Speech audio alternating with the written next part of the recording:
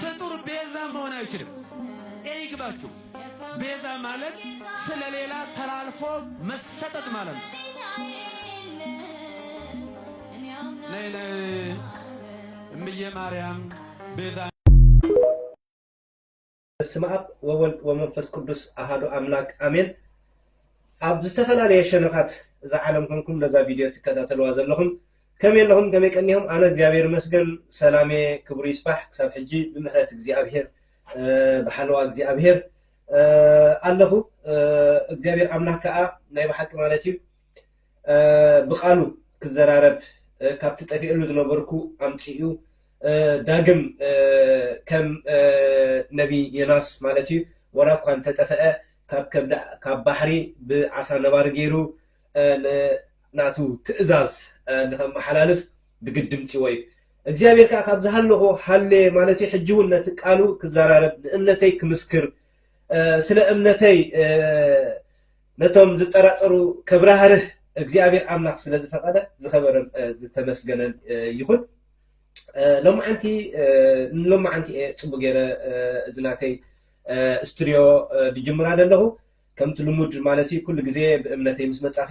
ሎሚ ከዓ እንታይ ከም ዝዛረብ ጠፊእኩም ኣይብልኒ። ምክንያቱ ዘሎ ሲትዌሽንና ንዘራረብ እቲ ዘሎ ኣብ ሚድያ ዝጋዋሕ ዘሎ ነገር ከዓ እንታይ እንድሕር ኢልና ብዛዕባ ናይ ኣዴና ቅድስት ድንግል ማርያም ቤዛዊት ዓለም ትበሃል እያ ኣይትበሃልን ዝብል ኣዘራራቢ ክስታይ ኮይኑ ከም ኣርእስቲ ከም ኣጀንዳ ክዕየየሉ ቀኒዩ ማለት እዩ። ናብ ርሑቕ ከይከድና ሓንቲ ነገር ከረዳእኩም እየ። ኣዴና ቅድስት ድንግል ማርያም ትበሃል እያ ዝብሉ ዝነበሩ መንም ኣይትበሃልን ዝብሉ መንም ዝብል ጥራይ ፈላልይዎ መጀመርያ ማለት እዩ። ትበሃል እያ ቤዛዊት ዓለም ትብል ኦርቶዶክስ እያ ኣይትበሃልን ትብል ተኮይኖም ከዓ መናፍቃን ተሃድሶት እዮም ካብ ኦርቶዶክስ ወፃኢ ዘይ ኦርቶዶክሳዊ ትምህርቲ ዘመሓላልፍ ማለት እዩ። እሞ እንታይ ደኣ እሞ ኣብ ውሽጢ ኦርቶዶክስ እንዲኦም ከምኡ ኢሎም ተዛሪቦም ኣባ ወልደ ገብርኤል እዞም ናይ ኢትዮጵያ ኦርቶዶክስ ትብሉ እንትኾኑ ኢኹም የስ ንሳቶም ከይሓፈሩ ኣብ መኣድኹም ፀያቂቶ እዮም ዝብል ትንቢት ክፍፀም ከዓ ግዴታ እዩ ማለት እዩ። ስለዚ ወላብቲ መኣድና እውን ፀያቂቶ ክኾኑ መፅሓፍ ቅዱሳዊ ትንቢት እዩ ማለት እዩ። ስለዚ ኣይትሰንብዱ ዝበሉና ንሕና ንስንብድ ኢና። ምክንያቱ ንሕና ግን ብኦም ሰንቢድና ምክንያቱ ኦርቶዶክስ ኮይኖም ከመይ ገይሮም ኣይበሃልን ዝብሉ ማለት እዩ ኢልና ማለት እዩ። ምክንያቱ ኣይትበሃልን ዝብሉ ኦርቶዶክሳውያን ኣይኮኑን፣ ትበሃል ዝብሉ ከዓ ኦርቶዶክስ እዮም። እቶም ትበሃል ዝብሉ ኦርቶዶክስ ከዓ ክርስቶስ በጃ ምዃኑ ዘይፈልጡ ኮይኖም ኣይኮኑ። ኩሉ ኦርቶዶክስ ተዋህዶ ቤተክርስትያን መድሓኒ ክርስቶስ ምዃኑ ኣዳዕሊ ይፈልጥ እዩ። በጃ ናቱ ገንሸን ክርስቶስ ምዃኑ ኣዳዕሊ ይፈልጥ። ስለዚ ከዓ ኦርቶዶክስ ኮይኑ ነዴና ቅድስት ድንግል ማርያም ትበሃል እያ ዝብል እቲኦም ኣይትበሃልን እያ ዝብሉ ከዓ ልክዕ ነቲ ኦርቶዶክስ ወይ ከዓ ኣብ ውሽጢ ኦርቶዶክስ መሲሎም ዝዘርግሕዎ ትምህርቲ ዘይሕጋዊ ትምህርቲ ከዓ ልክዕ እቶም ዘይ ኦርቶዶክሳውያን ማለት ተሃድሶ ወይ ከዓ መናፍቃን ከዓ ነቲ ናቶም ቪድዮ ሸር እንዳገበሩ ኣይትበሃልና ኢሎም ደጊፎሞ ማለት እዩ። እቶም ኦርቶዶክስ ተዋህዶ ቤተክርስትያን ከም በዓል ከማና ከዓ ትበሃል እያ ንብል ማለት እዩ። ምክንያቱ ትበሃል እያ ክንብል ከለና ግን ነቲ ናይ ጎይታ ተኪኣቶላ ወይ ከምቲ ናይ ጎይታ ስጋኣን ደማን ቆሪሳ ኣድሒናትና ዝብል ኦርቶዶክስ ግን የለን ማለት እዩ። ስለዚ ንፁር እዩ ወላ ኦርቶዶክስ መሲልካ ኣብ ውሽጢ ቤተክርስትያን ኮይኑ ድንግል ማርያም ቤዛዊት ዓለም ኣይትበሃል እንተይብሉ ኦረዲ ንሱ ጠፊኡ ኣሎ። እዚ ዘይ ኦርቶዶክሳዊ ትምህርቲ ካብ ሕጊ ወፃኢ ትምህርቲ ኢሎም ከዓ ኣቦታትና ጳጳሳት ኮኒኖም እዮም ወላ ብኢትዮጵያ ማለት እዩ። ብዝኾነ ግን ንዓኹም ንፁር መረዳእታ ክህበኩም ምእታን ኣዴና ቅድስት ድንግል ማርያም ቤዛዊት ንኣማልኽ ንመላእክቲ ቤዝኦም እያ ንደቂ ሰባት እውን ቤዝኦም ትበሃል ማለት እዩ። ቅድሚ ናብ ኩሉ ምካድና ቤዛ ዝብል ነገር ምርኣይ ወይ ከዓ ምፍላጥ የገድሰና እዩ። ትርጉም ቤዛ እንድሕር ፈሊጥናዮ ቤዛ ንክርስቶስ ይወሃቦ ዶ እወ ነዴና ቅድስት ድንግል ማርያም ይወሃባ ዶ እወ ንዝተፈላለየ ነገራት ይወሃብ ዶ እወ ንቅዱሳን ይወሃብ ዶ እወ ኢልና ንገልፆ። ምክንያቱ ትርጉም ቤዛ መጀመርታ ክርዳእና ይግባእ ህዝበ ክርስትያን በጃኻትኩም ካይንጠፍእ ብፍላይ መንእሰያት ይሕዋተይ ማለት እዩ። ኣነ ንዓኹም ኢለ መፅአ ዘለኹ ምክንያቱ ንስኻትኩም ኢኹም ተረከብቲ ናይ እምነትና ማለት እዩ። ኣቦታትና ንዓና እዮም ከረክቡና ዝኽእሉ። ኣቦታትና እንተዳ ኣሪጎም እታ እምነት ግን ናባና እዮም ኣሕሊፎም ክኸዱ ንሕና ኣፅኒዕና ተዘይሒዝናያ እታ እምነት ከዓ ማንም ናይ ፅርግያ ተምሃሮ መፅኦም እዮም ኣብ ልዕልና ከሽካዕልሉ ማለት እዩ። ስለዚ ንሕና ከም መንእሰያት መጠን ክብለኩም ዝደሊ ነገር እንታይ ከም መንእሰያት መጠን እምነትና ክንፈልጥ ይግባአና እዩ። እምነትና ሸጥ ኣቢልና ክነፅንዕ ይግባአና እዩ። ምክንያቱ ምሕላው ንእምነትካ ማለት ብካልእ መንገዲ ንገዛእ ርእስኻ ምሕላው ማለት እዩ። ምክንያቱ ሃይማኖትካ ምፍላጥ ማለት ነብስኻ ፈሊጥካ ኣለኻ እምነትካ ፈሊጥካ ኣለኻ ንክትከላኸል ድርዒ ሒዝካ ኣለኻ ማለት እዩ። ናብ ኣንስተይ ክኣቱ ቤዛ ማለት እንታይ ክንርዳእና ይግባእ እዩ። ቤዛ ምዃን ማለት እንታይ ምብጃው ማለት እዩ ነፃ ምውፃእ እውን ኣሎ ዕዳ ምኽፋል ኣሎ ሓደ ክኸፍል ደይ ክእልተ ኮይኑስ እቲ ሓደ ዕዳ ምስ ከፈለሉ ቤጃ ኮንካ ኣለኻ ማለት እዩ ምልዋጥ ዝበሃል ኣሎ ንሓደ ነገር ዘይከኣሎ ምሽፋን ማለት እዩ ቤዛ ካልእ ትርጉም ኮ የብሉን ምብጃው ማለት እዩ ብትግርኛ ከዓ ቤዛ ማለት ከዓ ብግእዝ እዩ ካሕሳ ክንብሎ ንኽእል በጃና ክንብሎ ንኽእል ንኣብነት ሓደ ጠበቃ ንሓደ ክሱስ ኣብ ቤት ፍርዲ ኮይኑ ይከራኸረሉ እዩ ሓደ ጠበቃ ኣብ ቤት ፍርዲ ኮይኑ ይከራኸር ምስ ተኸራኸረ ወይ ፍርዲ ይቕንሰሉ ወይ ነፃ ኣውፃ ተኸራኺሩ ተዘይኮይኑ ግን እቲ ናቱ ገበን ወይ ዕዳ ክኸፍለሉ ይከኣለሉ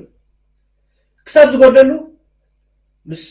ኣኽባሪ ሕጊ ተኸራኺሩ እንታይ እዩ ዝገብር እንድሕር ኢልና ንዕኡ ይቕንሰሉን የጉድለሉን ማለት እዩ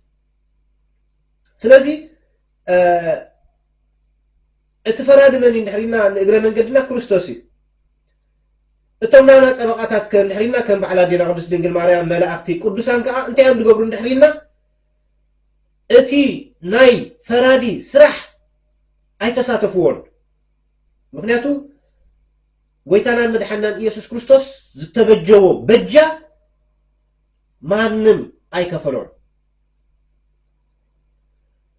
ናይ ኣዴና ቅድስት ድንግል ማርያም በጃ ግን ብፀጋ ዝተዋህባ ፀጋ ኣብ ልዕሊ ፀጋ ዝተዋህባ ናይ ተበጃውነት በጃ ኣሎ ናብኣ ምስሊ ምለስ እንታይ እዩ ቤዛ ማለት ንሓደ እትብጀዎ ወይ ከዓ ንሓደ ሰብ እሱ ክገብሮ ዘይከኣለ ነገር ንዕኡ ብምግባር እትትክኦ መተካእታ በጃ ይበሃል ኣዴና ቅድስት ድንግል ማርያም ከመይ ኢላ ንመላእኽት በጅኦም ኮይና ኣዴና ቅድስት ድንግል ማርያም ከመይ ኢላ ንደቂ ሰባት በጃ ትበሃል ድብል ኣርእስቲ እንድሕር ከድና ቅልል ኢልና ኣፍኩስ ኣቢላ ክረዳእኩም ሓፂር ገይረ ኣዴና ቅድስት ድንግል ማርያም ናይ ዓለም ቤዛ እያ ክበሃል እንከሎ ዓለም መን እዩ እንድሕር ኢልና ካብ ልዕሊ ሰማይ ዘለው መላእኽቲ ኣብ ሰማይ ዘለው ኩሉ መላእኽቲ ኣብዛ ምድሪ እዚኣ ዘለው ከዓ ሰማይን ምድርን ክሓልፍ እዩ ሓቀይ እዛ ዓለም እዚኣ ገዛ እዛ ዓለም እዚኣ ክሓልፍ እዩ ዝብል መፅሓፍ ቅዱስ ኣብዛ ምድሪ ዘለው ከዓ ኩላህና ደቂ ሰባት ማለት እዩ ስለዚ ኣዴና ቅድስት ድንግል ማርያም ንመላእኽቲ በጅኦም እያ ንደቂ ሰባት ከዓ በጃና እያ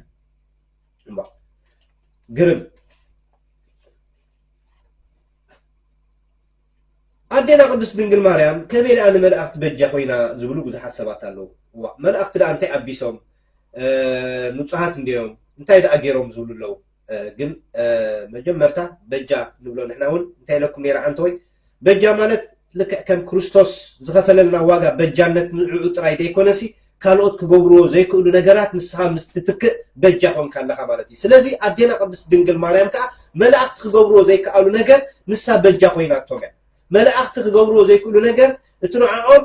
ክኾነሎም ዘይከኣለ ነገር ብሰንካ ስለ ዝኾነሎም ንመላእኽቲ በጃ ኮይናቶም እያ ኣዴና ቅድስት ድንግል ማርያም ፅቡቅ ብኸመይ እንድሕር ኢልና ኣብዚኣ እውን ከነፅረልኩም ብዙሓት ክዛረቡ ትኽእሉ ኢኹም መላእኽቲ ደኣ ብጀካቶም ዝወደቑ ብጀካቶም ዝተጋገየ መላእኽትስ ካልኦት ደኣ እንታይ ገይሮም ትብሉ ሰባት ክትብሉ ትኽእሉ ኢኹም ኣስተውዒልና ልቢ ኢልና ናብዚ መልእኽቲ እዚ ንኺድ ማለት እዩ ኦኬ እንታይ ኢለኩም ነይረ በጃ ማለት እንታይ ኢለኩም ነይረ በጃ ማለት ንበደል ጥራይ ኣይኮነን ንሓደ ካልእ ዘይከኣሎ ነገር ንስኻ ኣብ ክንድኡ ከም ድከኣል ኮንካ ክትሓልፍ ከለኻ እዚ በጃ እዩ ስለዚ ኣዴና ቅድስት ድንግል ማርያም ንመላእኽቲ ዘይተኸኣሎም ንሳ ጌራት እያ ንደቂ ሰባት ዘይተኸኣሎም ከዓ ንሳ ጌራ እያ ስለዚኣ ከዓ በጃ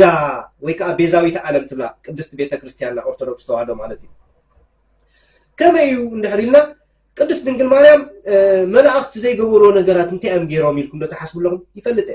እንታይ እዮም ገይሮም ኢልኩም ተሓስቡ ትህልው ኢኹም ፅቡቅ ንመፅሓፍ ቅዱስና ንፍለጥ ንእምነትና ምፍላጥ ከዓ ኣገዳሲ ማለት እዩ ኦኬ እንታይ እዮም ዘይገበርዎ መላእኽቲ እንድሕር ኢልና ሓይላት ሰማያት መላእኽቲ ንእግዚኣብሔር ሓቢሮም ምስኡ ከለዉ ምስኡ እናሃለዉ ንዘለዓለም ንእግዚኣብሔር ኣይርእይዎን እዮም ነይሮም መላእኽቲ ንእግዚኣብሔር ኣይረኣይዎን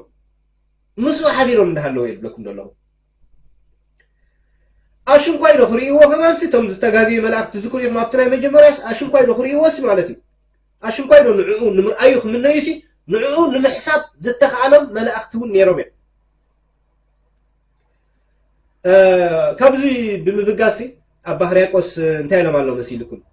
ሃበ ይበፅሖ ህልና ሰብ ወኢዘ መላእክት ኣእምሮ ኢሎም ኣለዉ ንመለኮት ብሕልና ሰባትን በኣእምሮ መላእክትን ክትበፅሖ ኣይትኽእልን ኢኻ እግዚአብሔር እውን ንመላእክቲ ኣይረኣዮምን ነበረ ክሪኡ ወይ ከኣሉን ነበሩ ደቃፅን እሳተ መለኮት ነበረ እግዚአብሔር አምላክ ንመላእክቲ ግን መላእክቲ ምርኣዩ እኳ እንተሰኣሉ ክሪእዎ ካብ ምድላይ ግን ኣዕሪፎም ኣይፈልጡን እዮም ንእግዚአብሔር ንምርኣይ ካብ ምምናይ ኣዕሪፎም ኣይፈልጡን እዮም ኣሽንኳይ ዘይበልዑን ዘይሰትን መላእክቲ እቶም እንበልዕን እንሰትን ደቂ ሰባት ንእግዚአብሔር ብምርኣይ ኢና እንጸግብ ዘማራይ ልባ አምላክ ዳዊት ከም ኢልና ኣሎ ንእግዚአብሔር አምላክ ብምርኣይ ጥራይና ዕግበት ንረክብ ንኽእል ስለዚ ንእግዚአብሔር ምርኣይ ኣይከኣሉን ቅዱሳን መላእክቲ ነዚ ክገብሩን ኣይከኣሉን ስለዚ ንእግዚአብሔር ንምርኣይ ነዚ ዝገብረሎም ኣካል ሓደ ነገር የልዮም ነይሩ ኣብ መወዳእታ ንሳቶም ክሪእዎ ብዘይምኽኣሎም ኣዒንቲ ቅድስት ድንግል ማርያም ብዒንታ ሪኣቶ ብኣጥባታ ኣጥቢባ ኣብ ሕቑፍኣ ኣዕብያ ነቲ ስግወ ቃል ንመላእክቲ ከም ዝረአ ብምግባር ንመላእክቲ በጅኦም ኮይና ቢንያም ሃለውለው ኣይትበል ቢንያም ዘይዝሩብ ኣይትዛረብ ትብሉ ሰባት ክትህሉ ትኽእሉ እዮም ፀገም የለን ንቐፅል ኣይንተሃወኽ መላእክቲ ዳ ምስኦም ምስ እግዚአብሔር ከለዉ ኣይረኣይዎን ድዮም ነይሮም ንእግዚአብሔር ክትብሉ እዮም ኣይረኣይዎን እሳተ መለኮት ነይሩ መላእክቲ ክሪእዎ ብዒንቶም ኣይከኣሉን እዮም ነይሮም ስለ ዘይረኣይዎ እውን ንእግዚአብሔር ንክርአ መላእክቲ እውን ንክሪእዎ ኮይኑ ምክንያት ኮይና ኣዴና ቅድስት ድንግል ማርያም ስለዚ እንታይ ለኩም ነይራ ሓንቲ ወይ በጃ ምዃን ማለት ቤዛ ምዃን ማለት ንሓደ ነገር ንሓደ ሰብ ዘይከኣሎ ነገር ኣብ ክንዱ ኣሕሊፉ ከም ዝከኣል ምግባር እዚ ንባዕሉ ቤጃ ኢለኩም ምክንያቱ ኣዴና ቅድስት ድንግል ማርያም ንመላእክቲ ክሪእዎ ንእግዚአብሔር ኣይከኣሉን ነይሮም ንክሪእዎ ኣብ ከርሲ ቅድስት ድንግል ማርያም ካብ ስጋ ካብ ነፍሲ ወሲዱ ኣብ በተልሔም ክውለድ እንከሎ ንመላእክቲ ተገሊጹ እዩ ቀዳማይ ጢሞቴዎስ 3:16 እንታይ ይብለና ሃዋርያ ጳውሎስ ናብ ሰብ ጢሞቴዎስ ኣብ ቀዳማይ ጢሞቴዎስ 3:16 እንታይ ይብል ብሓቂ እቲ ምስጢር ኣምልኾ ዓብይ እዩ ንሱ ብስጋ ተገልጸ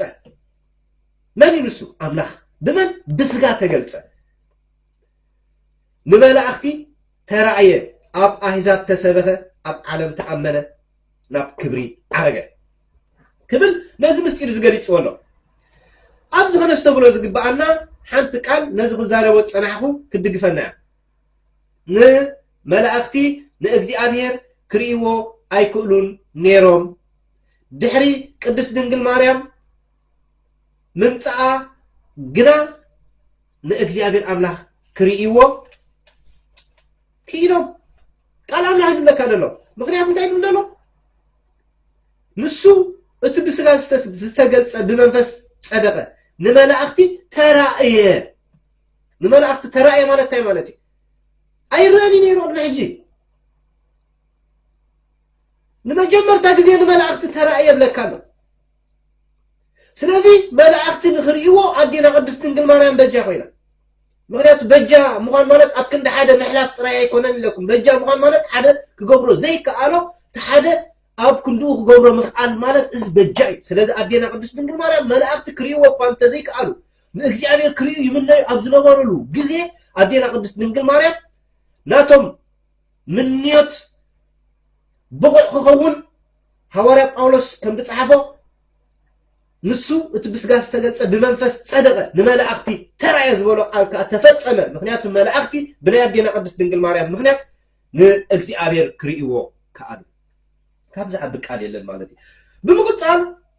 ناي بيت كريستيانا ليك زغنا قدس أبو قدس يارد كم زخبل بزيما قليت والله انتهي له زمن أخ يتمنى يرئيته بل على سماي ذات أثر بيته لذا كمزي نقص نأمن للدته انتهي زبل له ماذا أختي كرئيوه زت تمنيو أدارشو بماي زسرحة محرتو خجلت كاب دنجل زتوالده كم زبل نقص للدته نأمن إلو زما يارناوي زيما بمقبار مالتي أب دوغا ذا أستريو ذا إجزئتنا أنقول كيلو والله قدس يارد انتهي بالله ملاعقتي كري وز تمنيو إذ بالله ملاعقتسي كري وز تمنيو بماي زي سرحة أدارش ويلو له أدارش مريخ عن نتسينا مالتي نغمز عينت زبالة ويكا محروت خجلت كابدين قلستوال دا نقص إيسوس كريستوس لدته نأمن كبل أنقر كيلو والله أبدوغا سلازي أبزاك أنا زي أقراي كنت تعبيت نقرات اللواء ملاعقتي زي تمني وغبن كلا نخريئوه إيدي بالله مخنياتو انت عايزبل زي ملعقت يتمنى يرئيته مالت ملعقت نخرئي وز تمنيو تمنيتهم كعا بقدس دنقل مريم زقون اللهم موت زرأيوه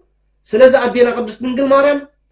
نساتهم كريوه زي كعالو بسنكا مرأي بمخان مرأي بمخالهم كعا نملعقت بجا خويناتهم للبز مخنياتنا مالتي سلازي نتهم وكابا اكزي عبير كريو تميت سمي زنبرم ملعقتي أدينا قدس دنقل مريم እግዚአብሔር ከባሁለት ስለዚህ ፈቀደ ንሳኻ ንዓም ምክንያት ምግራት እግዚአብሔር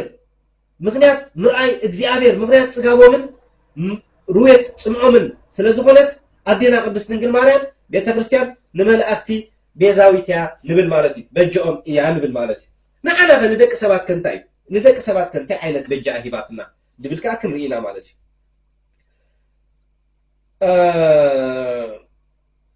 قبل اللي دك سبات زجبرته تبجاونت مجمريا نيادينا قدس دنقل مريم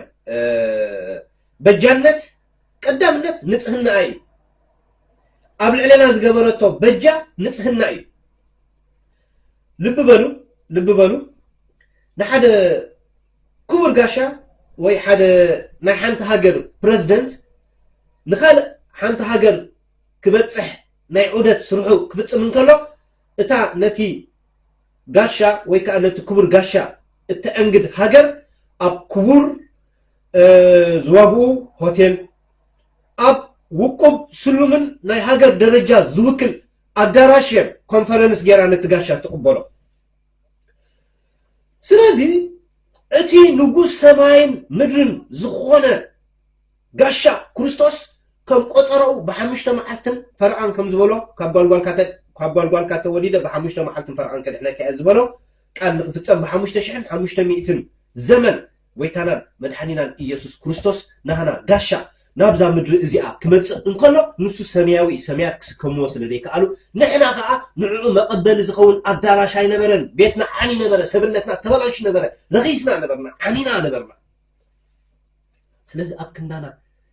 بجا غزانا اتخون ندل نبرنا زمرا البامنا داويت እግዚአብሔር ንታሕት ተጠመተ ገለ እግዚአብሔር ድሕጎሰሎም ሰባት ተሃለው ክርስ ንታሕት ተጠመተ ኩሎም ዓለም ነበሩ ኩሎም ዘመም ረኺሶም ነበሩ ይብለና ስለዝኾነ ንሕና ሰብነትና ንእግዚአብሔር አምላክ መቀበሊ አዳራሽ ክትከውን ስለ ዘይከኣለት ሓንቲ ንጽህቲ ቤት ንእግዚአብሔር ትኸውን ተልየና ነይራ ኣብ ክንዲ ኩላህናሲ ናይ ኩላህና ሓለፋ ዘለዎ ገዛ ተልየና ነይራ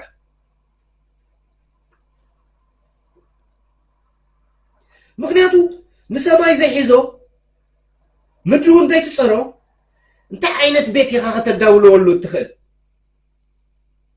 እንታይ ዓይነት ቤት ኢና ከነዳልወሉ ንኽእል ንሕና ዘያገምርዎ ሰማያት ወምድር ሰማይ ምድርን ክጸርዎ ክስከምዎ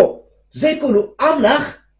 أبيناي أكلات كأهم وفتقبل بيناي بقعت بيناي قدسنا إنا نحن نقبله سلازي جزا يبلان أدراشنا حنينيرو نقويتا تقبل أكلات أي نبرنا سلازي أبكندت نحن زي نخلو حانتي أبكندانا زت دالوت نعنا زوكلت بجانا زخونت أدينا قدس دنقل مريم نور زي بالله بقدسنا زتسرتت نصحتي زقيت الدراش ناي أملاخ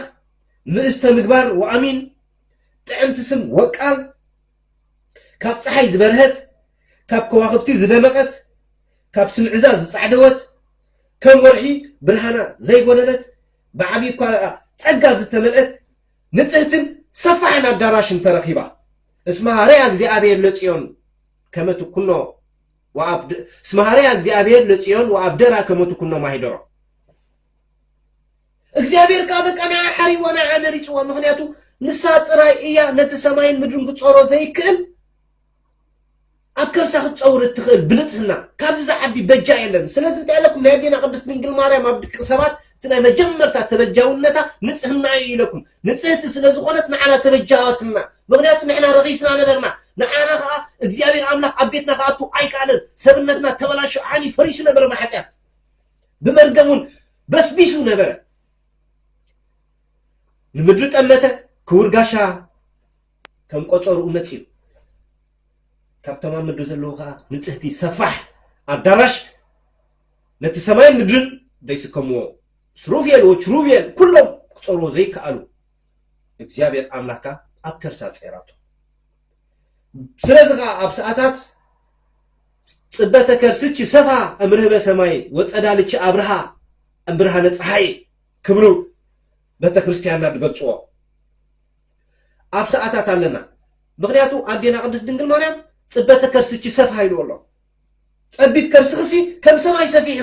ምክንያቱ ሰማይ ይኮነ ምድረ ምክንያቱ እቲ ሰማይ ምድሪ ኮይኑ ምድሪ ከዓ ሰማይ ኮይኑ ምድራዊት ቅድስት ድንግል ማርያም ነቲ ሰማያዊ እግዚአብሔር አምላክ ኣብ ጸቢብ ከርስ ወሲናት ነዛ ዓለም እዚኣ ከዓ እግዚአብሔር ከድሕና ተኮይኑ ሰብ ምዃን የድልዮ ነይሩ ሰብ ንክኸውን ከማና ክሓምም ከማና ክመውት ክሳቅን ንስቃይናን ንሞትናን ክወስድ ሰብ ክኸውን ስለ ደልዮ ዝነበረ ከዓ እቲ ሰብ ካብ ኣራዊት ኣየምጾ ካብ መላእክቲ ኣየምጾ ካብ እንስሳታት ኣየምጾ ካብ ኣዴና ቅድስት ድንግል ማርያም እዩ ኣምጺዎ ምክንያቱ ባዕሉ ክወሃዶ ፈቀደ ደስ ኢላቶ ንጽህቲ ኣዳራሽ ሽልምቲ ነበረት ስለዚ ንሕና ድሕነት ንክንረክብ ናይ ካሕሳና በጃና ኢየሱስ ክርስቶስ ካሕሱ ክፍጽም ክመጽእ እንከሎ መቀበል ስለ ዘይነበረና ኣብ ክንዲ ኩላህና ቤት ኮይና ንጽህቲ ኣዳራሽ ነፍሳ ማሕደር እግዚአብሔር ኮይኑ እስማሃርያ እግዚአብሔር ለጽዮን ወአብደራ ከመቱ ኩኖ ማሕደሮ ዛቲ የቲ ምዕራፍ የለ ዓለም ይልዋ ንጽህና ብጽፈታ بكلهم تناقا እግዚአብሔር እዚያ ምሕረቲቲ አንዘን ዓለም ብምባል ተዛረበ ስለዚህ በዚህ ምክንያት አዴና ቅድስት ድንግል ማርያም ንዓናውን በጃና እያ ማለት እዩ ሕጂውን ክነግረኩም ማለት እዩ ቤዛዊት ዓለም ትበሃልን ኣይትበሃልን ዝብል እሞኻ ኦርቶዶክስ ዝብል እንተዳ ኮይኑ ተጠንቀቁሉ ምክንያቱ ኦርቶዶክስ نتبهالون دي تبهالون فليت اعتبر مغنياتو ندينا قدس دنجل مريم أرثوذكس كل ذي أي تبهال إلى يتفلتنا تبهال مغنياتو تفلتع آفا مليئة عدينا قدس دنجل مريم بيزاوية عالم بيزاوية ملائكت بيزاوية سب تبل كابز تبقي ساعة مالتي سلازي ندينا قدس دنجل مريم نعد أملاك بيزاوية عالم زبل سيابة تراي ديكونس كالق كمان يقبعيو نايلوم عنتي حزياز مصحو مدبي ازي انيرا بجحاتكم بليس ملسيات مالتي كرداكم بزتخاله متن مالتي نعكم يله مصي زلهو بليس اب امنتكم صنعوا مانم يكون مانم استزاربو زرباتاتكا كتمرمرو يقبعكم لومي ناي دنغرغر ناي كحدت زمنيو قش ديت فلطلو دياقون ديت فلطلو ጳጳስ ዘይትፈልጠሉ ኣብትናይ መወዳእታ ናይ ሪቫሌሽን ታይም ብዙሕ ሰብ ዝስዕተሉ ዝዝምብለሉ ግዜ ስለ ዝኾነ ካብ ደረት ኣቦታትኩም ካይተዝብሉ ተጠንቀቁ ንህነ ከመ ኣበዊነ ኣቦታትና ዝፅንሑልና ናይ ቀደም ደረት ከነልግስ ዘይኮነስ ክንኩስኩሳን ክንነጥቃን ከነፅንዓን ኢና ስብሃት ለእግዚአብሔር ወለወላዲቱ ድንግል ወለመስቀሉ ክቡር እግዚአብሔር ኣምላኽ ስለቲ ምሕረቱ ስለቲ ውዕለቱ ዝኸበረን ዝተመስገነን ይሁን ተማሃርና ኣብ ልብና ይሕድረና ሰማዕቲ ጥራይ ዘይኮና ሰማዕትን ተግበርትን ክንከውን ጸጋ መንፈስ ቅዱሱ ይልኣኸልና እምነትና ነጽንዕ ጥራይ ክብለኩም ዝኽእል ሓውኩም ቢናሜ ነዛ ዩቲዩብ ሓዳሽ ዝኾንኩም ነዛ ቻነል እዚኣ ሳብስክራይብ ሼር ብምግባር ተሓባበሩና ነቲ ቃል ኣምላኽካ ልክዕ ናብ ካልኦት ኣብጭሕዎ ማለት እዩ ንስራሕ ኩላህና ንስራሕ ነታ እምነትና ንተሓባበር ምክንያቱ ብሓንቲ ሸር ትብላ ቃል ኣምላኽ ብዙሓት ነፍሳት ክድሕና ስለ ንኽእላ ማለት እዩ ቴንኪዩ ይቐንየለይ ኣብ ዝቕፅል ብቓል ኣርስቲ መፅየ ሰላም የሰማዩ ገብርኤል ያወደሳትን የምድሩ አቡነ ገብርኤል አያረክሳትን። ማርያም ማርያም ማርያም ማርያም ማርያም ማርያም ማርያም ማርያም ማርያም ማርያም ማርያም ማርያም ማርያም ማርያም ማርያም ማርያም ማርያም ማርያም ማርያም የራሳችን ዘውድ የፊታችን ነጸብራቅ የአይናችን ርግብ የከንፈራችን ፍሬ የአንደበታችን ጥዑም ቃና የአንገታችን ሐብል የትከሻችን ማዕረግ የደረታችን ኒሻን የእጃችን አምባር የጣታችን ቀለበት የእግራችን መብራት የኑሯችን መቅረዝ የሕይወታችን ፋና ኑሯችን መጠጊያችን አምባ መጠጊያ ከለላችን የመማፀኛ ከተማችን ከሞት ወደ ሕይወት ያለፍንብሽ መሻገሪያ ድልድያችን ጉድፍ ገመና በደል ኃጢአታችን የተሸፈነብሽ ምስጢር ማስቀመጫ ሙዳያችን ገጸ በረከታችን የአምላካችን እናት ቤዛዊት ማርያም ድንግል ማርያም ቤዛዊት ማርያም ድንግል ማርያም ቤዛዊት ማርያም ድንግል ማርያም ቤዛዊት ማርያም ማርያም ማርያም ማርያም ማርያም ማርያም ማር ማር ማር ማር ማርያም ማርያም ማርያም ማርያም ያላጨበጨበ ያላለው ደስ ያላለው ደስ እመቤቴ ማርያም ልቡን ትመልስ